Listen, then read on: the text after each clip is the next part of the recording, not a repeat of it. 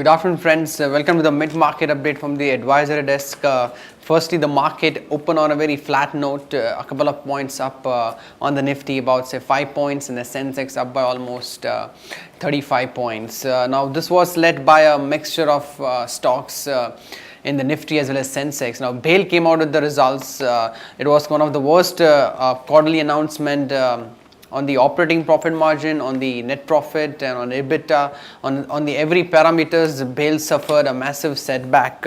As you can see, let me tell you that BHAL PAT came in at 452 crores for the quarter.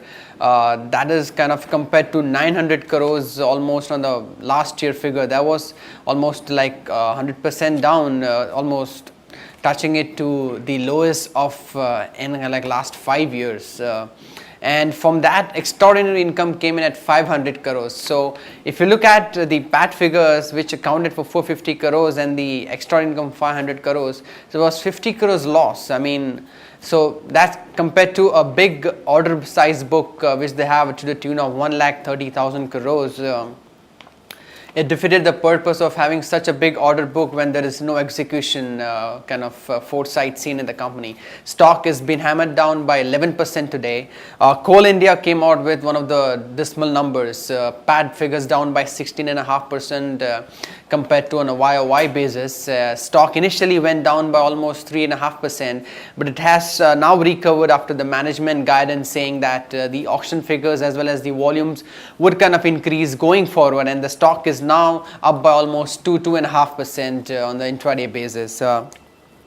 Friends, couple of stock updates I would also like to mention is the Strides Art Club have surged 4% on the BSE after the shareholders have kind of approved the FI investment limit to 74% from 52% in the company. So that the FI would be allowed to invest more in the company. Friends, we also have Orbit Corp, which is a stock in the news, dropping by 10% today and hitting all-time low of 11.5 rupees. There are rumors that the SBI as well as kind of the LIC Housing Finance have given a 96 crore loan recovery kind of paper to the Orbit Corp.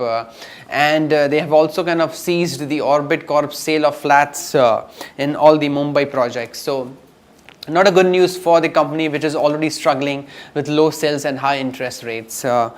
Friends, also not to miss out that FMCG and kind of some of the pharma IT stocks are again the savior for the market.